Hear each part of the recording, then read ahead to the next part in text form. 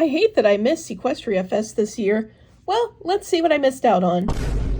Oh, well, maybe the Twitter will have something for it.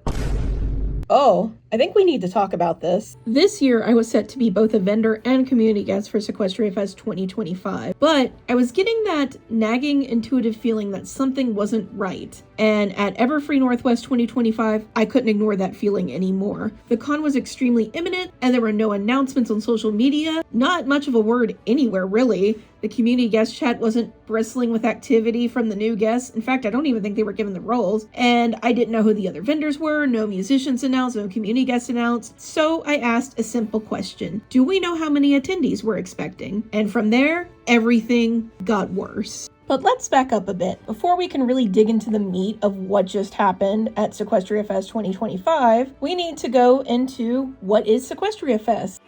The best party this fandom has ever seen.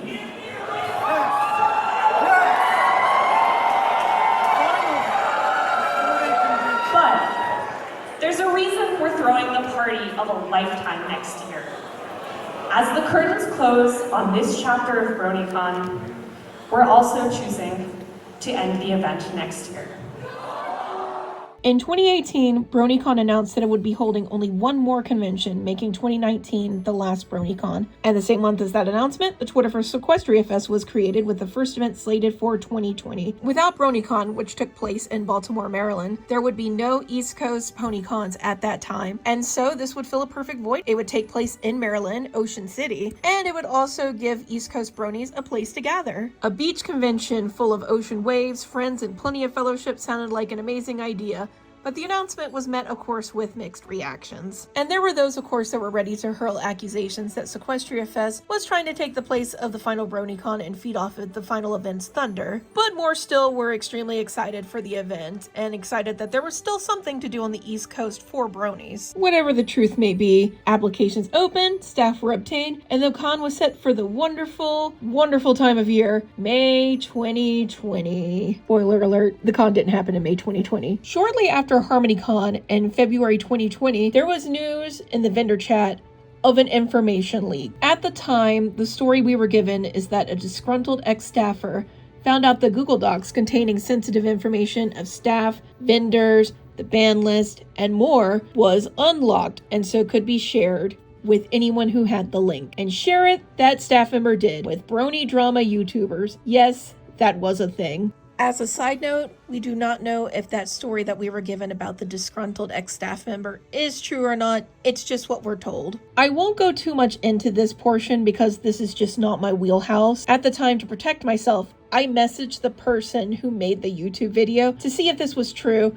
and I was told what the major universities surrounding my city were. And that was all the proof I needed that they did in fact have the information. Years later, one of the brony drama YouTubers was found to be seeking relations with an underage minor, allegedly, and was immediately called out and ousted from the community. His final act before disappearing was to drop the document with all of our doxes on his Twitter. And Twitter, of course, moved at the speed of molasses to remove that information. Back on topic, the 2020 event obviously didn't happen because of the lockdown, and neither did it happen in 2021 for the same reason. 2022 was the year. Due to a scheduling conflict and unease from the doxing situation, I was unable to attend the first event as originally planned, so my first event was 2023. And what an amazing con that was. It was the first time I was ever asked to be a community guest or to do a panel, and that was an incredible experience. I was so nervous, but the attendees were so welcoming and loving that it made things much easier, and any road bumps along the way were met with understanding laughter so I wouldn't take things so seriously, and encouragement. The con may have been small, but it more than made up for that with a large heart. It's like a vacation with 200 of your best friends you didn't even know you had. I couldn't go more than a few steps without a conversation or a hug or show of support, and I decided I wouldn't miss this con for the world, even when closer to bigger events like Colossal Con Prime. 2024 was no different. It was the same level of love, appreciation, and amazing time. Heck, even Turkey Tom of all people showed up to 2024 Seaquestria Fest and had a pretty good time. But 2024 also ended on a sad note. Gajinka, the beloved con chair, was stepping down to focus on their family, which is perfectly valid, and their health. Gajinka was the heart and soul of this convention, but Gajinka made sure that the con would be in good hands. Fandomwares someone who had been with Seaquestria Fest since before the first event, was set to take Gajinka's place as con chair. 2025's dates were not announced at the end of 2024 because there was a poll going around to ask if people wanted to move the con to September, because while prices in May were cheaper, it was cold.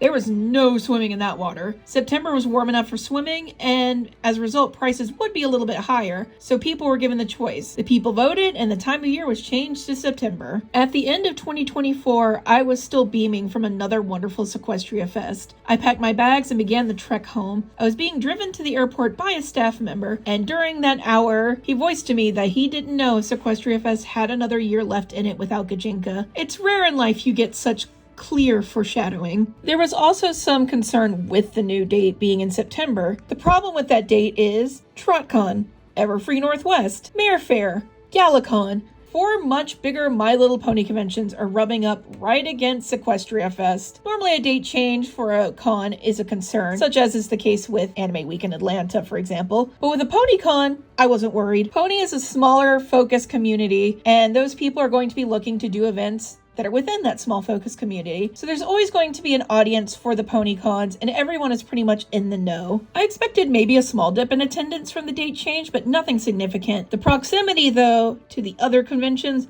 was a concern for me. While Seaquestria Fest is mostly made up of locals to the area and nearby states, there are still people who travel from across the country and even the world to attend. Not to mention BabsCon was in its final year in 2025, so a lot of people made arrangements to attend that convention so that way they could see it off. But again, I never wanted to miss a Seaquestria Fest, and I was willing to take things in stride, granted that there was interest and communication. Most pony cons make tweets every day or every few days with information about the con, silly memes, any information really, something to stay relevant and on people's minds. But it had been months of barely any posting, barely anything. In fact, Everfree Northwest was even the first time that I ever saw an advertisement posted at another PonyCon advertising Seaquestria Fest. So this is what led me to talking to a few fellow artists who I knew were either on staff or vending at Seaquestria Fest because I was having these concerns. Rooms for community guests were historically comped and provided. You just shared with a few others, which is totally fine with me, but this year they weren't doing that,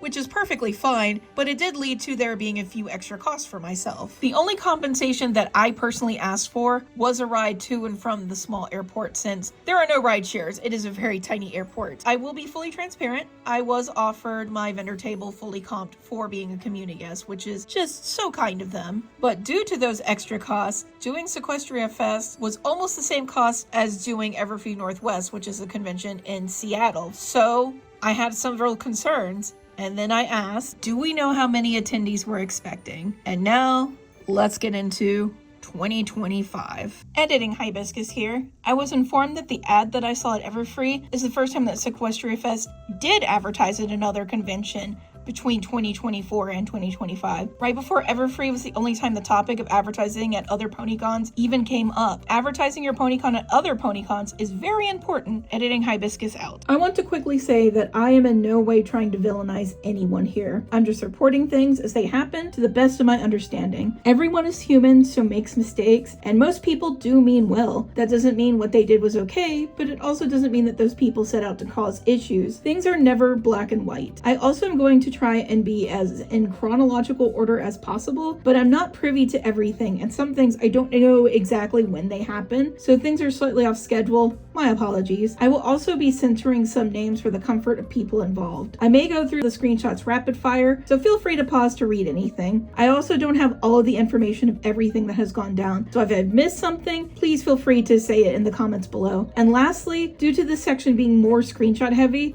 the puppet is going away now. Bye, Bobbin. Alright, let's get started. On August 3rd, I confided in a friend on staff that I was nervous about Seaquestria Fest. They told me that they were also nervous and didn't know what was going on, especially in the departments that they were working with. The conversation didn't invoke confidence, but it's always nice to know you aren't alone. On August 26th, 3 weeks before the convention, while t-shirts and con books should be ready at this point, none of that was prepared due to a lack of given assets and information. At this point, no announcements for the con had yet been made, save for one that there would be an an arcade, which was made back in July. Wasn't given schedules, information about community guests, and other pertinent information that is needed to even prepare these items. Also on August 26th, it was confirmed that there was no guest announcements yet, and as such, no information to go into the con book related to guest announcements. In the same conversation, someone mentioned that telling me there is no estimates of attendees is a red flag. Shortly after that conversation, the same day, I got a DM and was told ticket sales were roughly in line with last year. I was told most tickets last year were purchased on site and they expect the same for this year. Here are screenshots of the con chair asking about the shirt design on August 26th and saying that any disagreements should be moved on from after their conclusion so the things that need to get done can get done. Also on August 26th, the con chair was asking for staff lists for each department as this was information he didn't have. My assumption is he was asking for this information for the con book. Then a few moments later, Fandom apologized for the lack of communication and said he would be arranging meeting with staff. At this point, B-Fish, an artist lead for Seaquestria Fest, was considering stepping down due to the stress from the lack of communication. The vendor lead, Brink, communicated how important it is to have the assets for merch beyond other concerns due to this time sensitivity and inability to act without. B-Fish voices feeling ignored about unanswered questions. The vendor lead agrees that communication has been rough and voices that a lot of responsibilities that shouldn't be expected of an art lead are being placed on B-Fish. I can confirm that B-Fish had reached out to me about helping with hat embroidery for the sponsor boxes due to manufacturing costs, but I just don't have that type of machine that I can embroider on hats, so I declined, but this was not her responsibility to organize. Brent continues that B-Fish has done all the sourcing for merch, and while there wasn't strict orders she has to do it, it would not have gotten done without her. And due to the proximity of deadlines, the biggest source of frustration for staff was being so uninformed so close to con. In response, Fandom replied with only that he and Brooke would be handling the con book. This simple answer to one concern, but not addressing any other concerns, sowed frustration within the staff. Fandom replies that back in May, he had wanted to know if any merch was ready to order so he could start ordering it, and B-Fish had volunteered to order merch to save on shipping. He says then that he wasn't notified about anything and only found out because of pictures posted. Still on the 26th, the first talk of hotel rooms that I was privy to anyway was voiced. B-Fish notes that hotel comp was originally agreed upon, and notes confusion that community guests aren't having room shares comp this year since there is such a small number of them. Hotel discussions will be important for later. Frustrations are voiced about lack of meetings and lack of communication, and this concern that this is causing not only staff but vendors and community guests who are worried about the same lack of communication. Fandom clarifies that he never promised hotel rooms and that how things work this year is very different than how they worked from previous years where payment was taken at time of check-in. He clarifies to use the verbiage aim to, and this was his goal. B-Fish says wording was confusing, and I have to say I understand the confusion one could have as the wording here is very corporate speak, which serves to absolve responsibility if things don't go according to plan. Fandom says that he had tried to bring up rooming at a previous meeting and was told it was too early, and reiterates he didn't promise to pay for rooms. B-Fish and Brink reiterate that communication isn't consistent or clear, and it feels as if the con isn't on track to happen. B-Fish says that typical expectation for staff artists who provide art to the con is comp vendor table or guaranteed vending spot or a room discount, and no communication about any of this was received. She says the con feels more like a meetup rather than a convention based on this treatment. On August 26th, the first major con announcement happened on social media, and the musician lineup was announced. On August 27th, I pinned my resignation from vending and community guest work. The same day, B-Fish also resigned from the art lead position. September 2nd, 2 weeks before the convention, guests had yet to be announced, and B-Fish was replaced with someone that was not told to Brink, who is also co-art lead, arguably the main person who should have been told this information. A few other vendors aside from myself also dropped out for a variety of reasons. Luckily, replacements were found. On September 7th, the vendor list was revealed, and we noticed that a vendor named Raven Ornaments was on the list. For some background, Raven Ornaments was a vendor that had attended previous Seaquestria Fest conventions. She would take pre-orders for custom swimwear and towels and sold things such as earrings and other wear. It then came out that, while unintentional, she had in fact not provided product or refund or at bare minimum communication to several people at the convention. I personally know of 3 of my friends that experienced this. Only one was getting a refund after 6 months and they had to pester for it. And I'm sure there's others at the convention as well. This is not a call to harass them. Raven is actively trying to learn and grow, so please allow them space to do so, but there were concerns about them being a vendor at the convention. The reason that I bring this up is because I had voiced my concerns to Databit MC on October 2nd, 2024, and was personally told that they would not be invited back. On the staff side of things, no one on staff was aware that Databit had told us Raven wouldn't be back. Neither con chair or vendor lead had this communicated to them. Brink removed them for being a vendor shortly after we brought this to their attention, thankfully. Raven is not banned from Seaquestria Fest, nor do we feel they should be. I wish them the best in their growth, and I hope they resolve outstanding issues soon. September 14th, the Sunday for the convention, week of the convention, it is discovered that the hotel room issue has not been fully resolved. Payments by this point have been taken from staff for their rooms, but no staff members had confirmations of rooms or room assignments. There are concerns about roommate situations and how check-in even works. Fandom simply confirms with the staff that they have rooms. Another staff member asked about roommates and how check-in will work after not receiving any answer to their concerns. Fandom defers finding out more information about the situation to Monday, September 15th. Con staff voices concern about this considering it is the week of the convention. People ask for room confirmations, especially since those are needed to safely travel into the US for out-of-country staff. Fandom clarifies they don't get confirmations, but a representative from the hotel books the rooms for them. This lack of information causes a bit of panic within staff. The con chair then makes a sarcastic quip about the situation, which does not help stress levels, nor does it offer solutions. The new art staff member requests money back in light of the current situation, and Fandom immediately acquiesces. Brink comes to the defense of the art staff. Fandom then posts proof rooms were booked with an email screenshot. Totals, of course, redacted. Brink tags all staff to share what the rooming situation looks like. Usually at conventions, there's something known as a staff suite, which is for staff members to take a break and get some food normally provided. This year, it is noted that this will be a space for staff to room in and not the typical use of the space. People are unhappy about the staff suite being used for rooming, and Fandom is confused why people are unhappy about this. After continue asking for a rooming list, Fandom says he will have it finalized tonight. Ron Princess, AV lead, says that the AV staff will be taking the con suite as they're okay with the rooming set up in that space. At this point, a sponsor offers their room to the staff to try and help alleviate the situation. They are of course turned down, but it was something of note that a sponsor felt strongly enough about the situation to step in. Aki is then refunded a partial amount of money by Fandom, which doesn't quell frustrations at the event, understandably. Fandom confirms with this partial refund, it means that Aki no longer has a room. The Grand Hotel was earlier confirmed to be fully booked, which raises concerns about where Aki will be rooming. Fandom then says that rooms will be assigned at a meeting in the hotel lobby on Thursday at the con, day 0. This causes more frustrations to be voiced. Brink offers to help with the room situation, but Fandom says that they have most of the rooms already figured out assignment-wise. After this, Brink offers any assistance necessary while other staff talk about how this is not typical of the convention to do. Fandom then posts a rooming list. Brink questions if that's all the staff that needs room. Uncensored, it is a very short list. Fandom then clarifies that this is just a list so far, as some people aren't on the list yet, and this is not the full list. 30 minutes pass, and Brink once again offers to help get people on the list, as the 2 staff coming out from out of country are not listed. As seen here, Aki and Fandom have some more discourse. Aki reveals that they were not fully refunded and are still missing about $25 from the refund. Beefish steps in to defend Aki. Fandom says that everyone is making out he was paid a salary when he wasn't. Aki clarifies that what was meant is that staff paid exactly what they were requested of them to pay. Fandom asks if people freaked out this badly last year. Aki wasn't a prior attendee to Seaquestria. To reiterate how close to con this is, here's a comment from a staff member in this conversation who was traveling from out of country in 24 hours. Also, with how much everyone was arguing, I don't blame the staff member for their comments about compensation if things don't happen. It's no secret that I'm involved in the My Little Pony plush community. I mean, clearly. I was going to arrange the plush meetup for Seaquestria Fest when I was still attending, but before I stepped down, I made sure that there would be a replacement for the meetup found. A big part of PonyCons is buying plush. Most people go to buy plush and other low quantity items immediately as soon as the doors open.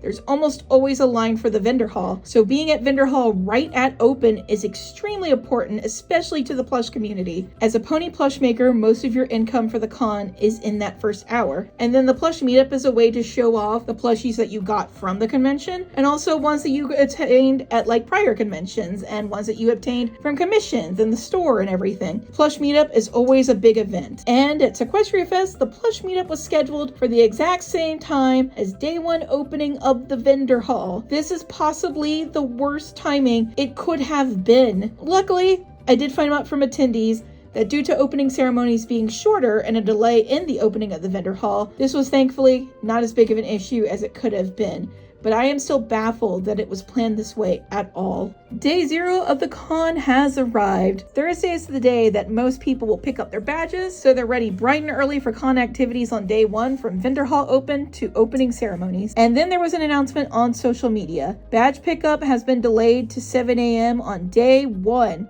That means Friday, 7 a.m., 2 hours before opening ceremonies. That's when you can first pick up your badge. Also at this time, the @con announcement channel where this would be made on the Discord is not able to be accessed or seen by any of the attendees. This is a big deal as bronies primarily use Discord as their communication platform, same as how furries use Telegram for their communication platform. Hello, would you like to introduce yourself?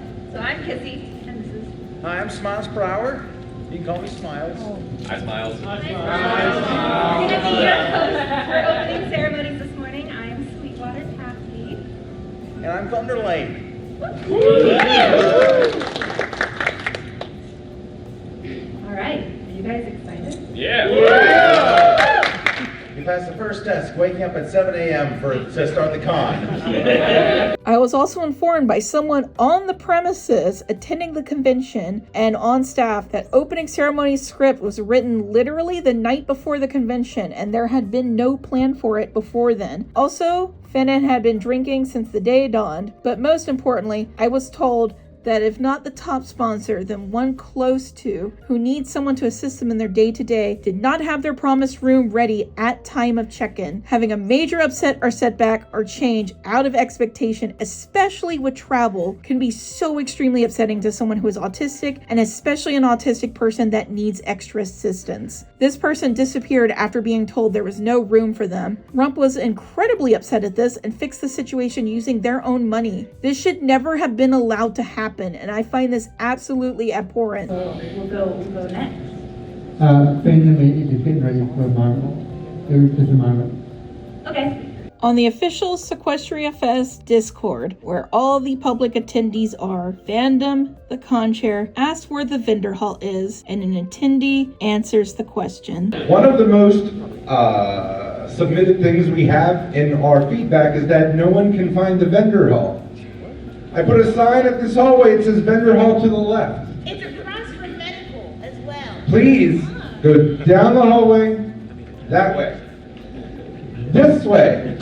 When you come out of the elevator, go that way. All right? Right next door. If anyone puts it in the feedback, I know you're just being trolls, and you wanted to tell me so. Thank you. Thank you. Saturday rolls around, and Fandom posts that he's trying one of the specialty drinks at the venue. At 1 p.m. on Saturday, Reg runs out of Saturday-only badges, so they use weekend ones that they modify to indicate Saturday only. Sunday at the con, charity auction is also apparently at a low attendance and causes some concern from one of the staff liaisons. During the convention, 2 petitions, independent of each other, both from staff, were going around that both garnered a generous amount of signatures, both wanting Fandom to step down. They were provided to Fandom on September 24th. The signatures have been removed from these, and I will now at this time read each of them. Petition to have Fandomwares step down as head of Seaquestria Fest. Fandom has shown a lack of commitment, communication, and capabilities to properly run a convention as chair. The rude attitude Fandom has shown to its staff shows his lack of respect and sportsmanship. Fandom's lack of communication shows his lack of care for the con and lack of trust in his staff. Below are the people in agreement to remove Fandom from the chair position. And the second is a much longer Google document with specific grievances that I shall now read. To Fandomwares, demand for resignation and notice of volunteer collective action. This letter is written by Hippo on behalf of the undersigned volunteers of the TechOps department within the Seaquestria Fest organization. Hippo has been a volunteer of Seaquestria Fest all 4 years of operation, and has volunteered at several smaller conventions since 2013. Hippo has worked diligently within Seaquestria Fest to build a team of experienced and enthusiastic technical crew to design, operate, and improve the radio and AV systems, typically with extremely limited budget. This letter has been written to formally express our profound disappointment and loss of confidence in leadership. Directly attributed to the lead con chair, Fandomwares, we collectively advise that all volunteer efforts from the TechOps department will cease, effective immediately, unless Fandomwares removes himself from the position of leadership and transfers majority ownership to a more fitting lead. We have dedicated substantial time and energy to the organization. We profoundly enjoy performing our duties, substantially affecting the outcome of the event, and enjoy the opportunity to hone our skills and train newcomers. However, your actions, inactions, and words have severely impacted the capabilities of volunteers and resulting outcomes. Furthermore, these decisions have caused volunteers to take on non-trivial financial burdens after being faced with the alternative of an absolute disaster and a nullification of prior efforts. The primary reasons for this demands are as follows. 1.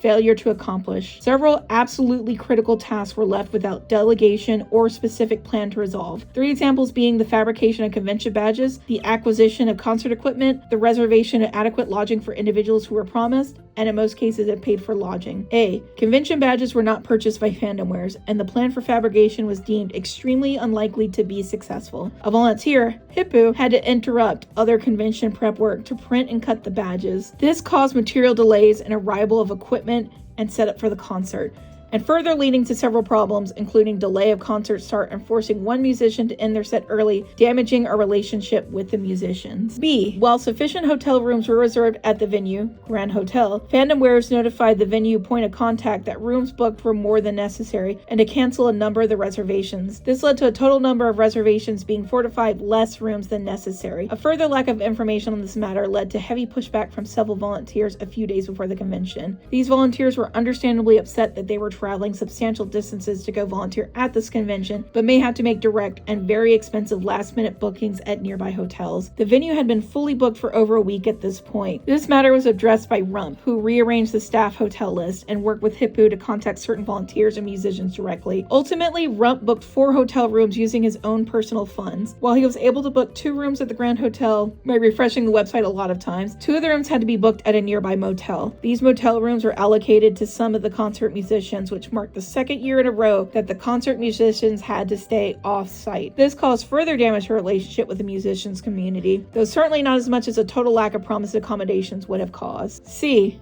Fandomwares advised the head of AV, Hippo, that the sound equipment, 2 PA speakers and 1 subwoofer, borrowed every year prior would no longer need to be borrowed, as there was budget for purchasing this equipment. The lending party was notified that their equipment would not be needed this year, despite a willingness to lend if needed. 1 speaker was purchased by Fandomwares and delivered to Hippo in March 2025. Fandomwares mentioned about a month later that these speakers were being purchased using financing. Hippo expressed concerns about the strategy. Hippo also reached out to the prior lending party and confirmed that it was still possible to borrow the equipment. Fandomwares insisted that borrowing equipment would not be necessary. 1 speaker was purchased by Fandomwares and delivered to Rump in early September 2025. The subwoofer was never purchased by Fandomwares. It was only on Tuesday, September 16th afternoon that Fandomwares indicated that he was unable to get financing approval for the subwoofer. On the same day, Rump called out of work and immediately drove to a retail store to purchase a subwoofer with his own personal funds. The formal purchase list of AV consumables was also not purchased, despite having been provided months prior to the convention. These items,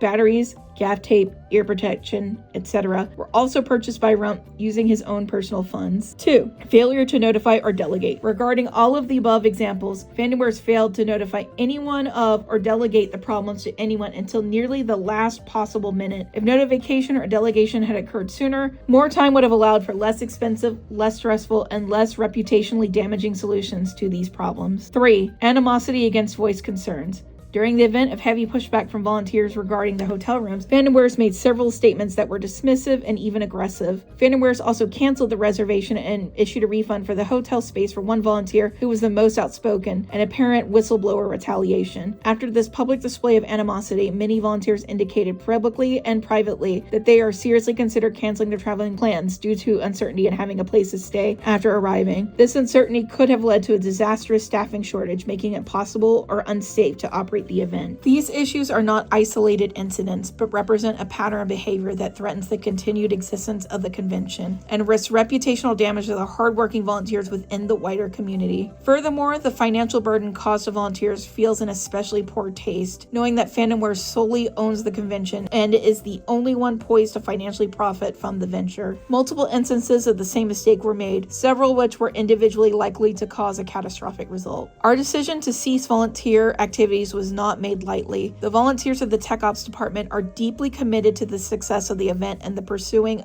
ongoing opportunity to prove that friendship is in fact magic. This action is seen as a last resort. Our continued service under the leadership of Fandom has been determined as a disservice to ourselves, to the rest of the organization, and to the community at large. For the integrity of Seaquestria Fest, we demand that Fandomwares removes himself from the position of leadership, transfers majority ownership of the organization to a more fitting lead. If these conditions are not met, the collective departure of the TechOps volunteers will become permanent, and we will no longer support the organization in any capacity. We await your response and a resolution to this critical matter. Signed, Hippo, Mindy with Sprinkles, Casper, Halo Flutter, and Zale. To be personal for a moment, this convention of course means a lot to me, and a big part of that is the staff. I've gotten to personally meet many of the staff during my time as a vendor and a community guest with Seaquestria Fest, and they make this convention run.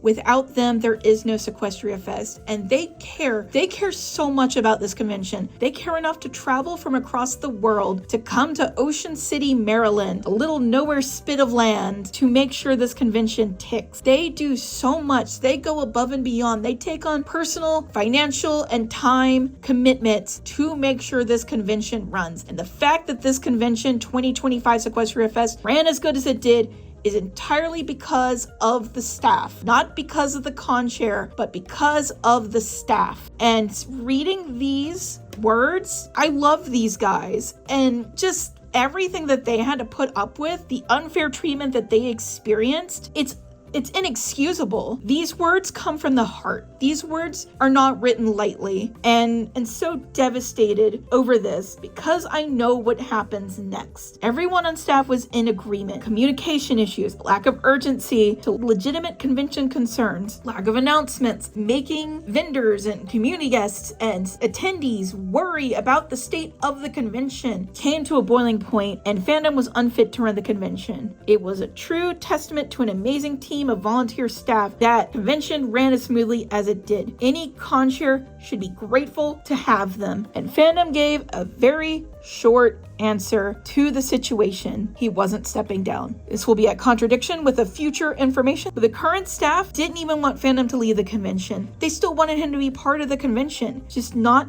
as the con chair. Reactions to this were not favorable. Fandom responded to the document by saying sponsors did get everything, unlike prior years. Here's more of Fandom's responses to the failed to accomplish section, owning up to the hotel room situation, but saying everything else was as it should be product-wise. Fandom says that Beefish was responsible for hats, lanyards, and stickers. Staff shirts, despite being designed, were never provided, nor did the con have any shirts to sell. Brink confirms shirts were never ordered, despite being designed, and staff hopes this will not be an issue in the future, should there be one. Beefish breaks down why the product and conbook situation happened as it did, and that trying to get numbers needed for merge was unreasonably hard to do. The badges were designed for print 2 days before the con started, which put a damper on other convention activities, and is part of the logistical issue that delayed registration until day 1. A screenshot is provided that shows Fandom talking about there being no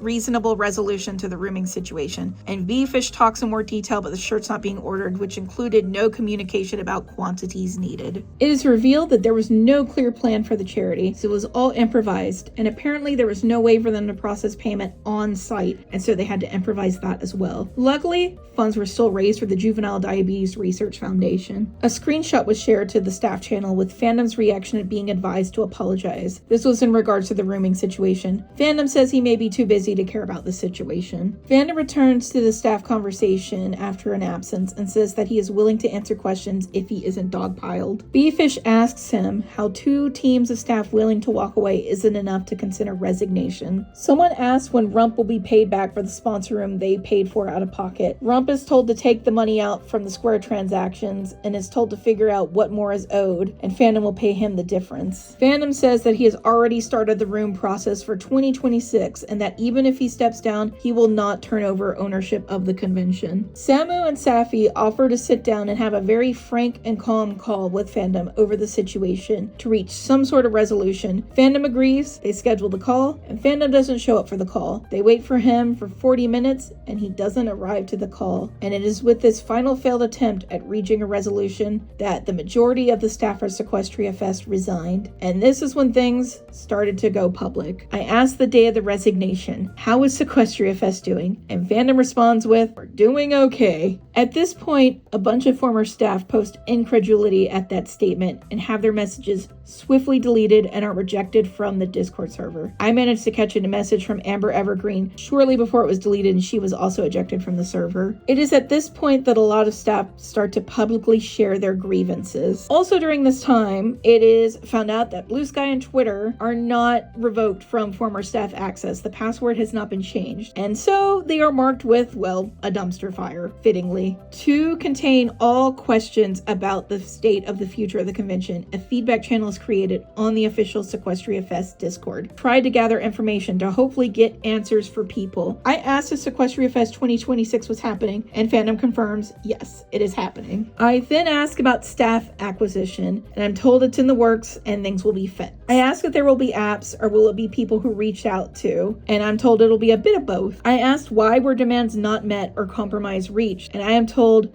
that Fandom had offered both. I say this is news to me, and Fandom tells me that there's a lot of info that's not getting out there. Fandom offers to share the apology. I hadn't seen it, so I say sure, if that's something he's comfortable with, I would like to see the apology that he offered. I am then shown an apology given on September 24th. I did confirm with other staff members that the apology was posted there, but many said that they did not actually see it because there were not specific tags. Fandom says, my apology to staff. I want to apologize for recent events where I did a horrible job of handling the rooming situation. I definitely have things to work on. For one thing, I have a hard time asking for help and I try to take on too much for myself. I also have trouble with communication. I seem to have this thing where as long as I know what is going on, I seem to think it's okay to keep it to myself. I need to make sure I keep the staff updated, whether it be problems as small as passing along a message to a department head or another con chair, or something as big as the rooming issue. If I would have reached out earlier and said, hey, I need some help, the rooming situation probably would not have happened at all. I know I can do better and be better. Does that mean I won't make any more mistakes? Of course not. I am only human. I am hoping you can forgive me and give me a chance to prove myself this coming year. I appreciate each and every one of you for stepping up and doing an amazing job this year. You didn't let our arguments and disagreements stop you from putting on an amazing convention. It's reiterated by other attendees that removing staff wasn't a good look, and I thank Fandom for providing the apology screenshot. I asked Fandom if he has a screenshot of being willing to step down as chair, as that it was something that was news to me, especially with the screenshots I had seen. I am shown a long message from Safi, which is from when her and Sammy were attempting to have a call with Fandom, to my understanding, and his response is simply that he would consider it. Ghosty and I voiced that we appreciate this being shared with us. In response to being asked by other members why staff was kicked so now couldn't voice their side, Fandom says he wasn't allowed to tell his story for them before they left. Shibi asked Fandom if he had permission to share Safi's private DMs, and Fandom says that he wasn't asked permission before the other screenshots, many in this video, were made public. Passionate About Pony says that booting former staff while remaining silent isn't a good look because during that whole thing, there was a lot of silence from current staff. And Phoenix Redtail says that he had the floor now so he can explain himself in this thread. I did ask if a truce with former staff was possible and was told that it was dead in the water, which fair enough. A very genuine exchange occurs. Rump says that Fandom asking for another year to prove himself isn't inspiring confidence as he's been listed as a founding member, which he is, and con chair every year in the con book. Fandom says he shouldn't have been listed. Rump then gives a very mature summation of everything and irreconcilable differences that has caused people to move on. Fandom clarifies his role in former cons and shares Rump's sentiments. Both he and Rump wish each other well in future con endeavors. I end by saying that I appreciate the back and forth with Rump. It's very genuine and very humanizing. I wish Seaquestria Fest well and thank Fandom for answering my questions. Editing Hibiscus here. Vendor discourse popped up in the feedback thread after I had finished editing the video,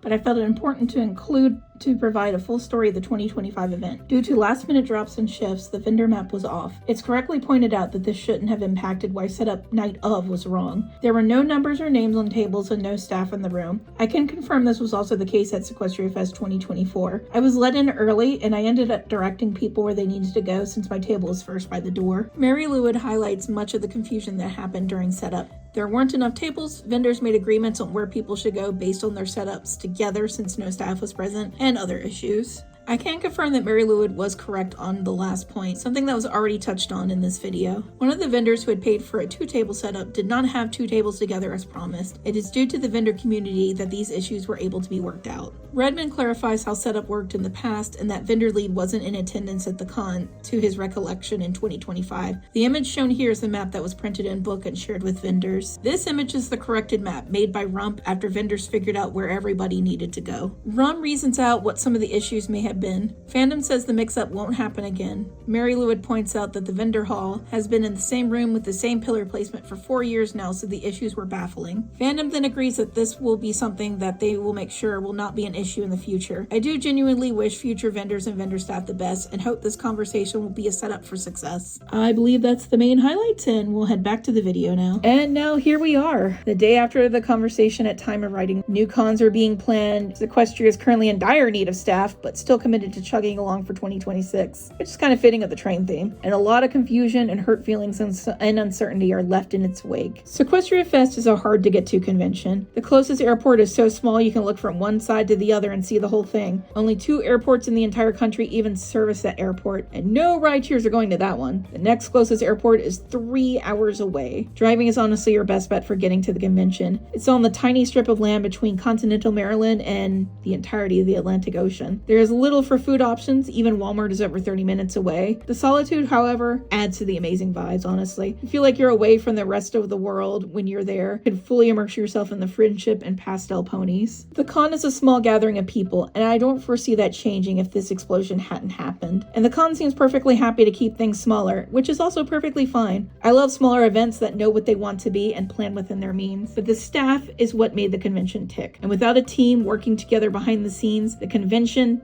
doesn't happen. A lot of respected members of the fandom helped bring this convention to life, and now they're no longer involved, and uncertainty looms above everything. I just hope that things are communicated more frequently and more clearly going forward. That's all I can do. 2026 is still being planned, so I suppose we'll see how things shape up then. For many people, this is the only PonyCon that they can get to, whether due to proximity or lower cost of travel versus going to something like Everfree Northwest or HarmonyCon. And they deserve a good con to attend. There is no happy ending to this story, unfortunately. And the only way that I can think of to end this is by naming the staff members that made this con happen. We have the department heads: Hippo, TechOps; Beefish, Art and Design; Brink, Art and Design; Chibi Changeling, Art and Design; Brooke, Registration; P1K, Music; True Blue, Sponsor Liaison; Redman, Events; Marble Archer, Events; Fusion, Operations; Samu, Social Media; Squirrel, Medical. We have the Doodle Squad, Slush Pony, Haunted Tuba; Audrine, The Real Akineko; Zelda, Mod Pie, Gobi Raptor, Vilray, Safi Moon, The Chimera's Den. We have TechOps staff: Rump, Mindy with Sprinkles; Halo Flutter, Casper, Zale; Event staff: the Creepy Kevin, Faith, Amber Evergreen; Registration: Grumpy Old Man, KRF; Security staff: Carrie; Social media staff: Databit; Medical staff: Wyvern, and Constore Decora Fluff. These guys deserve all the love and support for making Seaquestria Fest 2025 happen. Thank you guys so much for watching. And until next time, take care, everyone.